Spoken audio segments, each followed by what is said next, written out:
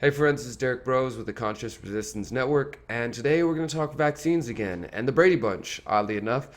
But before we do that, I want to remind you guys to bookmark theconsciousresistance.com. As usual, you guys know the drill. I've got the website all updated. You can see my latest articles, latest videos, find out about our Divest from Facebook campaign taking place all this month. You can follow us on all the different social media platforms we're on, and subscribe to our newsletter, which I just sent out yesterday, and I will be sending out another one this weekend. So make sure to get plugged into that. Now, if you were to go right now to search for let's use the CIA, Google, and YouTube. If you were to search for measles and Brady Bunch, let's see what happens. Yeah, I know you guys are what? Measles, Brady Bunch? Why the Brady Bunch measles episode is getting grief. Brady Bunch star hits back after episode fuels critics of measles vaccine. Brady Bunch star hits back. Anti-measles outbreak. Maureen McCormick decries anti-vaxxers using Brady Bunch to promote propaganda. Marsha Brady is going after anti-vaxxers for using Marsha as an anti-vax spokesperson. What the heck are they talking about, guys? Let's look this up. Brady Bunch, measles. Let's check it out. Why the Brady Bunch measles episode is getting grief. The measles couldn't kill the Brady Bunch. Measles, back in the day, there's a couple of videos. Most of them, though, are looking at this. And now, what is this about, guys? What does this relate to? Well, there's an episode of the Brady Bunch that came out in 1969. It's on season 1 of the Brady Bunch. You can still find it online, episode 13, if I remember correctly, where the kids from the Brady Bunch get the measles.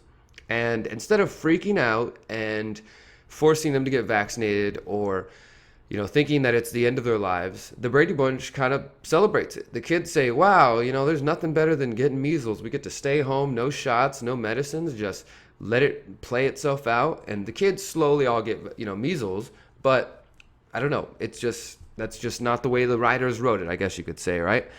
Well, now after that clip has been making the rounds, I actually saw a clip the other day. Now you see when I search right here, it's hard to find any websites or any of the videos that actually show the original clip. I've seen one clip before, and I can't find it now, that compared and contrasted how the Brady Bunch treated measles and how today, I think it was like CSI or something like that, and it showed like, this week on CSI, the measles epidemic hits home, and it showed like, oh my God, get the kid to the hospital. And it was a total different contrast from the way measles apparently was treated on television and by families in the 50s, 60s, and 70s. I've actually talked to people who said, hey, we attended a measles party and things like that. And look, I'm not here to give people health advice, all right? So don't attack me for that. All I'm saying is it's pretty interesting, and also another example of the filter bubble that's created here. And that's created when you search for this. When you see that Google only shows you the negative opinions about the Brady Bunch things, it doesn't show you the videos that I was talking about. The video I was looking for apparently is no longer available. I haven't been able to see it.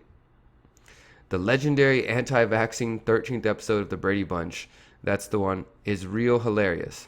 But now Marsha Brady, or Maureen McCormick, is hitting back, and she's saying that she doesn't support anti-vaxxers. Quote, I think it's really wrong when people use people's images today to promote whatever they want to promote and the person's image they're using. They haven't asked, or they have no idea where they stand on the issue.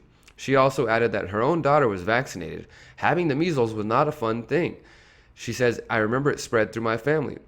And her concern over anti-vaxxers, people who have questions, using her image to support their agenda comes as measles cases in the United States have surpassed the highest number on record.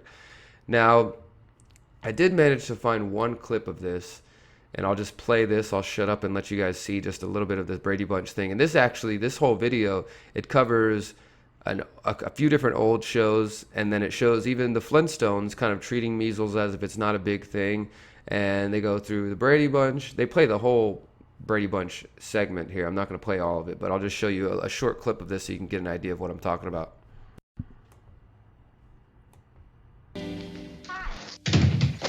Peter! What are you doing home from school? They sent me home. Measles. That's either measles or a strange case of red freckles. You have got a temperature. They told me 101.1. What's the record? Never mind. That's one record you don't want to break. Right, you don't get to hold the title very long. Well, I think you better go upstairs and get into bed. I'll phone the doctor and be right up. Measles. Let's hope all the others don't start coming down with it. Oh, that would be terrible.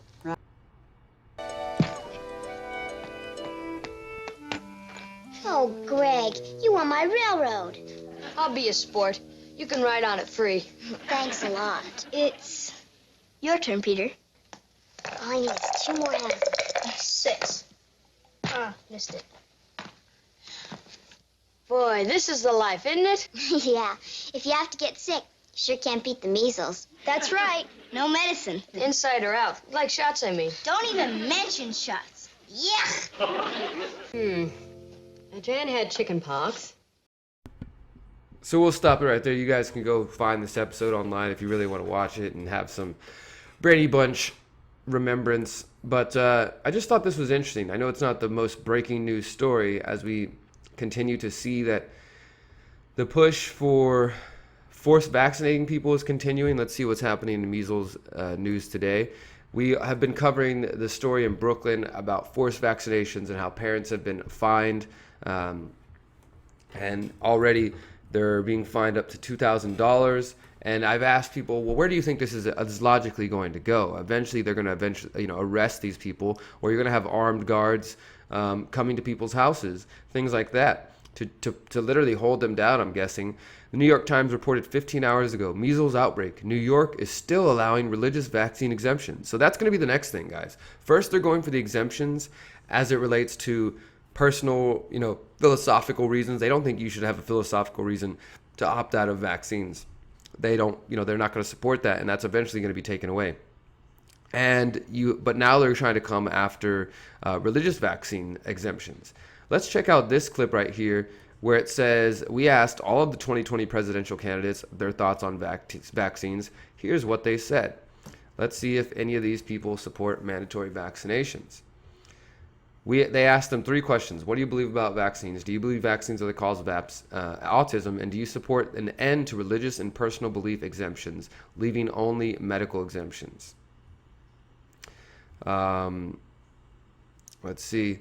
Trump originally, you guys might remember, he originally sought to create a vaccine safety panel, which was being led by Robert F. Kennedy Jr., who's been a prominent vaccine skeptic. Of course, that never happened, and Trump, like many other things, has reversed and backpedaled, and now he's not actually protecting people against vaccines or even looking into it. Biden says, I look forward to the day when your grandchildren, my grandchildren, and their children show up at the office to get their physical to start school and get a shot for measles, and they get a vaccine that affects significant causes of cancer. Let's see, Bernie Sanders says vaccines work. Bernie believes opting out can create deadly risks for children suffering from illnesses who may not be able to receive a vaccination. Any exemption should be rare and consistent with public health needs. There's that collectivist mentality again, not about the individual, but about the public. Kamala Harris thinks people should get vaccines. They didn't answer additional questions. Mayor Pete believes exemptions are appropriate for people who can't be vaccinated for medical reasons. And personal exemptions, religious exemptions if states can maintain local herd immunity and there's no public health crisis. Elizabeth Warren, where's she at? Medical data proves vaccines are not linked to autism. They're safe, effective, and our best chance from protecting people. I support efforts to end religious and personal belief exemptions and believe that we must have real standards. Beto says that I know just as much about as any parent. All 3 of my kids are vaccinated. I know that this is an issue that some people have a difference of opinion on. I'm not as informed as I should be to give you a thoughtful answer. So that's what he said in relation to whether or not parents should be able to opt out. And some of these people, they don't really matter because they're never going to win. They're not going to, but I guess it's interesting to know where they stand. I'll include this link for you guys if you want to read more about these people. Some of them, like I said, they don't matter. Tulsi Gabbard, she did not respond to questions about this. She's the only anti-war candidate really that matters, so we'll give her a little extra attention. We don't know where she stands on vaccines if you were thinking about voting Democrat. My point is, all these people, though, ultimately will support removing your right to exempt yourself from vaccinations. And some will argue, well, you don't have that right because we have to keep society as a whole safe from you crazy anti-vaxxers. But at the end of the day, if you're not free to decide what happens to your own body, I mean, if you don't have consent, right, and if you don't have autonomy over your own body, then you're not free at all. So we have to remember that. I think that's where we're going to leave it today, guys. I just want to remind you to bookmark theconsciousresistance.com and to sign up for our newsletter and follow us on minds.com as we continue our Divest from Facebook campaign. In fact, you are missing an exclusive report if you're not on Minds right now, because I put out a new 5G report. So go on over to minds.com/the Conscious Resistance Network to check that out. And until next time, remember, you are powerful, you are beautiful, and you are free. Peace.